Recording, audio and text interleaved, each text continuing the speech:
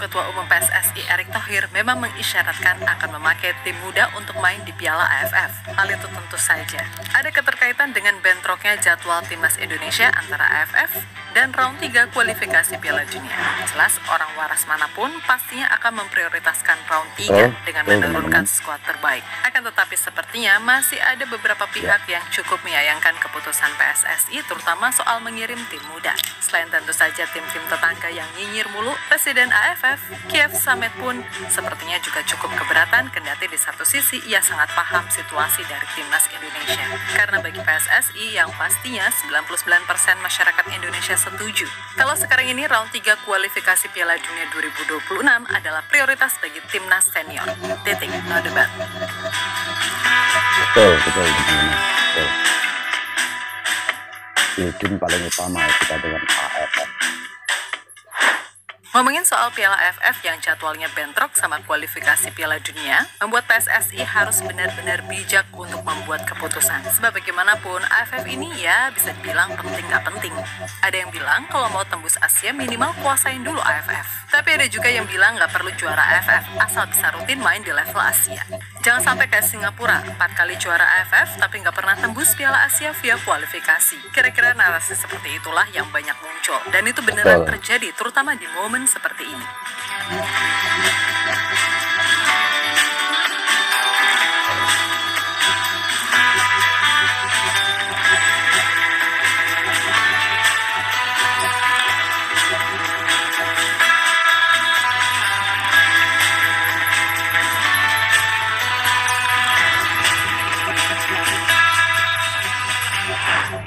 Keputusan PSSI untuk menurunkan skuad muda di Piala AFF pada akhirnya memang memancing beragam reaksi. Gak cuma dari beberapa pengamat lokal yang tahu sendirilah siapa-siapa orangnya, melainkan juga sampai ke media-media kawasan ASEAN. Tentu kita masih ingat betapa nyinyirnya media-media di Malaysia yang mengkritisi keputusan ini.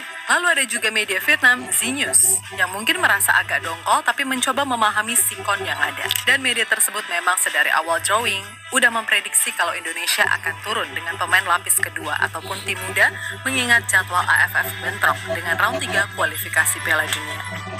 Timnas Indonesia kemungkinan besar tidak memiliki kekuatan terbaik lantaran Piala AFF tak masuk dalam kalender FIFA. Karena itu, klub bisa saja menolak melepas pemainnya untuk membela timnas.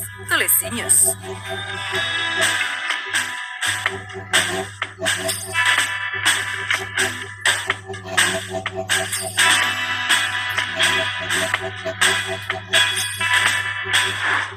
Nah, berkaca dari reaksi yang ada, emang harusnya mereka memahami kalau situasi ini nggak mudah buat PSSI. Lagi pula Piala AFF kan nggak masuk kalender FIFA, jadi sah-sah aja PSSI mau menjadikan ajang ini sebagai ajang trial atau sebagainya. Bahkan Thailand aja pernah mengirim tim B-nya untuk main di Piala AFF, dan ketika itu kok nggak ada yang protes, lah giliran Indonesia malah dijulitin mulu. Tapi wajar sih, melihat gimana sekarang timnas Indonesia banyak diisi pemain Eropa, secara tak langsung pihak AFF pun juga ingin kompetisi ini levelnya terjaga. Namun di satu sisi, Presiden AFF, Kiev Samet, kendati kecewa juga berusaha untuk memahami sikon yang ada mengingat Indonesia sendiri tentu juga nggak akan bisa tampil full squad. Karena pasti pemain-pemainnya, terutama yang abroad, nggak akan dapat izin klub. Sejujurnya kami sangat kecewa menerima berita dari PSSI, tapi kami sepenuhnya memahami dengan situasi yang terjadi dengan tim Indonesia. Meskipun di satu sisi, kami juga akan merindukan melihat timnas Indonesia tampil dengan kekuatan terbaik, kata Kiev Samet dalam pernyataan yang dirilis AFF.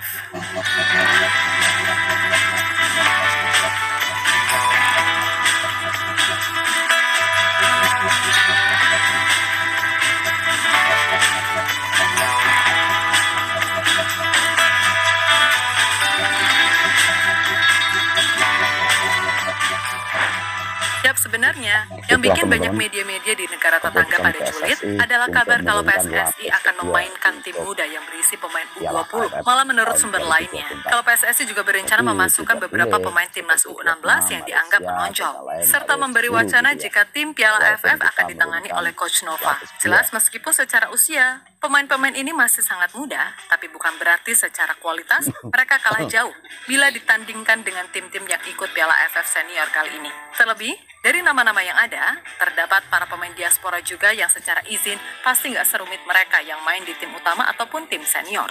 Yap, dari U16, ada nama Matthew Becker, Zahabi Goli, Mirza Firjatullah, dan Alberto Hengga yang bisa diproyeksikan naik kelas lebih awal. Lalu di tim U20, Coach Indra Syafri sendiri baru aja merekomendasikan 3 nama pemain diaspora untuk segera disumpah WNI, yang mana mereka adalah Dion Marks, Maures Muhinoke, dan Tim Capens.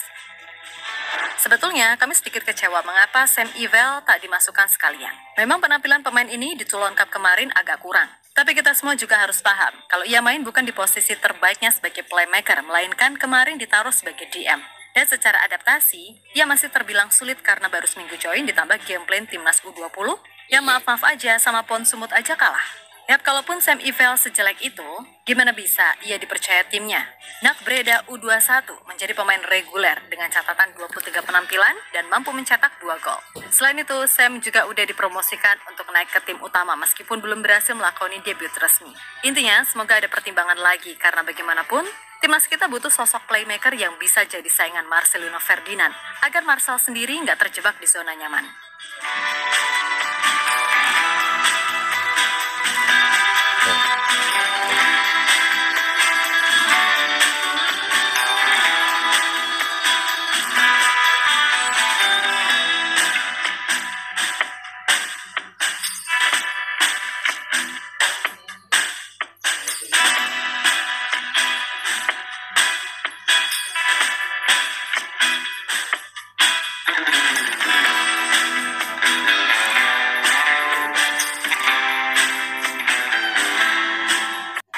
Ya, pada intinya, wacana yang digaungkan PSSI ini tujuannya baik. Dan Piala AFF emang seharusnya menjadi ajang pembuktian bagi para pemain muda secara khusus. Sebab, jika ada potensi yang bagus, pasti Coach Shin sendiri akan mempertimbangkannya untuk masuk ke timnas. Dan kami yakin, kalau pemain-pemain yang disebutkan tadi punya potensi untuk jadi pemain masa depan timnas Indonesia. Lagi pula, jika di Piala Asia aja kita berani tampil dengan skuad termuda, ya kali kenapa AFF enggak? Logikanya kan gitu.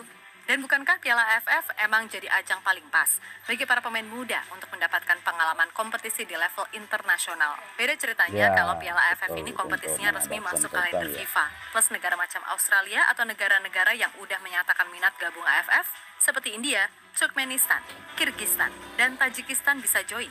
Ya sudah pasti Indonesia bisa tampil dengan kekuatan terbaik plus membawa beberapa pemain muda untuk diorbitkan. Intinya segala hal yang udah diputuskan Pak Erick Thohir pastinya nggak asal jeplak. Dimana beliau pasti juga udah membuat hitung-hitungannya sendiri terkait mana yang perlu diprioritaskan. Apalagi jika mengacu pada jadwal, emang bentrok banget gitu loh. Sekedar ngingetin lagi nih, kalau jarak antara Piala AFF dan pertandingan kualifikasi Piala Dunia round 3 hanya sekitar 5 hari. Nah, dalam drawing yang dilakukan pada Kamis 21 Mei 2024 yang lalu, skuad Garuda yang tergabung di grup B bersama Vietnam, Filipina, Myanmar, dan Laos dijadwalkan akan melawat ke markas Myanmar di matchday pertama grup B Piala AFF 2024 yang dilangsungkan pada Minggu 24 November 2024. Setelah tandang ke markas Myanmar, timnas Indonesia akan menjamu Laos pada 27 November 2024 dan 3 hari kemudian melawat ke kandang Vietnam pada 30 November 2024. Nah, setelah beristirahat sekitar 7 hari, Indonesia akan menjamu Filipina di laga pamungkas grup B Piala AFF 2024 pada Sabtu 7 Desember 2024. Jelas itu merupakan jadwal yang sangat padat merambat, bukan? Terlebih beberapa hari sebelum turun di Piala AFF 2024, skuad Garuda harus main dulu di babak ketiga kualifikasi Piala Dunia 2026 zona Asia.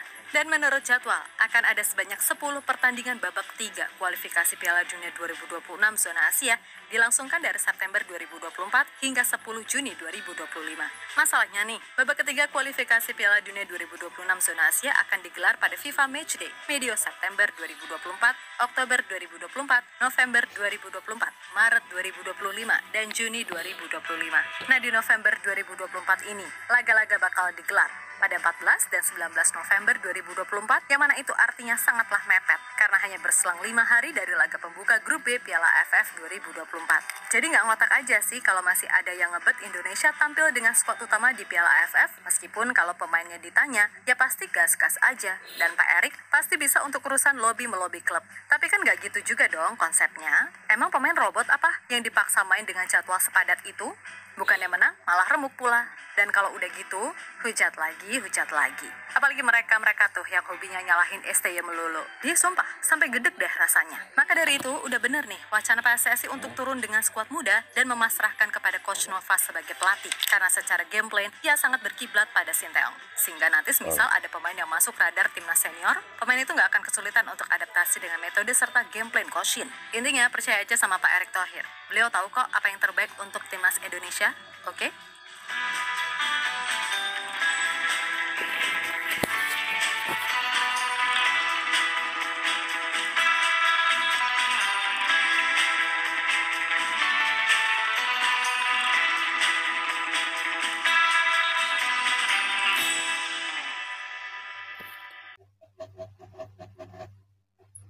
Oke teman-teman, itulah sikap PSSI untuk mengatasi atau menemukan solusi tentang bentroknya jadwal pertandingan kualifikasi Piala Dunia round ketiga dan Piala AFF, dan juga bagaimana caranya untuk membagi kedua pelatih. Coach Nova memegang Piala AFF dan STY memegang kualifikasi Piala Dunia round ketiga, karena walaupun bagaimanapun Piala Dunia lebih utama menurut saya daripada AFF, karena Piala Dunia adalah, kalau kita lolos menjadi masuk Piala Dunia, menjadi sejarah bangsa Indonesia bahwa Indonesia lolos masuk Piala Dunia. Itu yang kita harapkan bagi teman-teman, dan mari kita beri support untuk Pak Erick Thohir dan PSSI dan STY dan semua komponen PSSI. Salam dari saya, Sakiti Kider. Assalamualaikum warahmatullahi wabarakatuh. Salam olahraga.